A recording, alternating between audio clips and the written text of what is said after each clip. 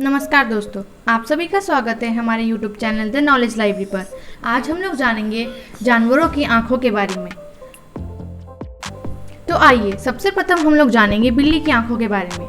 अध्ययन में पाया गया कि इस प्रकार की पुतली शिकारियों को अपने और स्वादिष्ट भोजन के बीच की दूरी का अनुमान लगाने का सबसे तेज तरीका प्रदान करती है।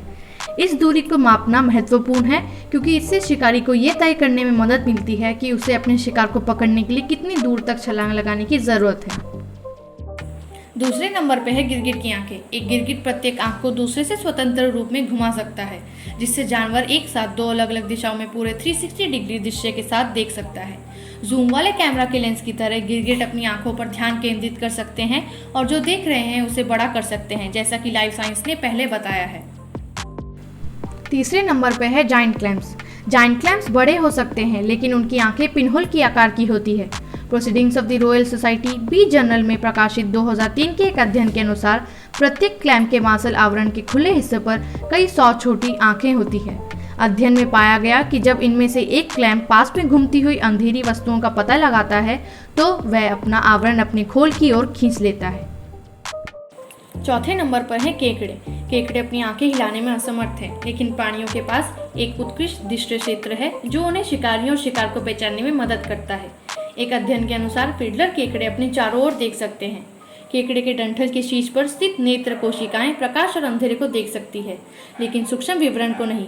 केकड़े को अपनी ऊपर की ओर बढ़ते हुए केवल एक अंधेरे स्थान को देखने की जरूरत है ताकि वह जान सके कि उसे अपने बिल के लिए कब दौड़ना है। पांचवें नंबर पर है कटलफिश।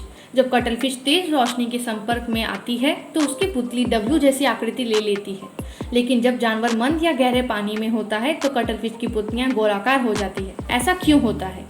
संकीर्ण डब्लू आकार की पुतली कटलफिश को आसमान लंबवत यात्रा करने वाले प्रकाश को संतुलित करने में मदद करती है। इससे कटलफिश के लेंस में बिखरी सूरज की रोशनी की मात्रा कम हो जाती है, जिससे जानवरों के लिए विपरीत छवियों को देखना आसान हो जाता है। छठे नंबर पर है ड्रैगन फ्लाइज। ड्रैगन फ्लाइज की मिश्रित आंखों में लगे बड़े लेंस के कारण उनकी दृष्टि तेज होती है। इससे भी बेहतर ये कीड़े रंगों की एक विस्तृत श्रृंखला देख सकती है। मनुष्य के पास ट्राइक्रोमेटिक दृष्टि होती है, एक शब्द जो हमारे आंखों में लाल, नीले और हरे प्रकाश संवेदनशील प्रोटीन का वर्णन करता है। इसके विपरीत ड्रैगन फ्लाइज पराबैंगनी प्रकाश सहित कई अधिक रंग देख सकते हैं। ड्रैगन फ्लाइज की आंखों में 11 से 30 प्रकाश संवेदनशील प्रोटीन होते हैं। सातवें नंबर पर है बकरी।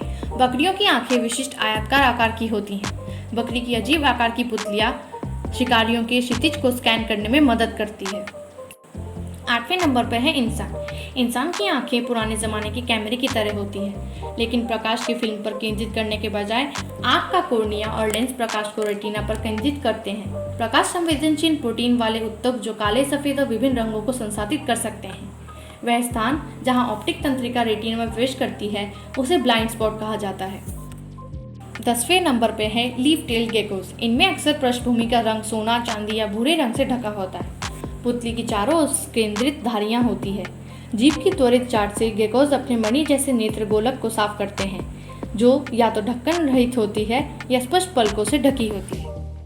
11वें नंबर पे है मेंटिस श्रिम्प। मेंटिस श्रिम्प में 12 रंग रिसेप्टर्स होते हैं, बल्कि मेंटिस श्रिम्प उन रंगों को अलग कर सकते हैं जो लगभग 25 नैनोमीटर की दूरी पर है। इसके विपरीत मनुष्य 1 नैनोमीटर से लेकर 4 नैनोमीटर तक के अंतर वाले रंगों में भेदभाव कर सकते हैं। दूसरे शब्दों में मेंटिस श्रिम्प अभी भी ढेर सारे रंग देख सकता है, लेकिन ये उनके बीच मनुष्य की तरह अंतर नहीं कर सकता है।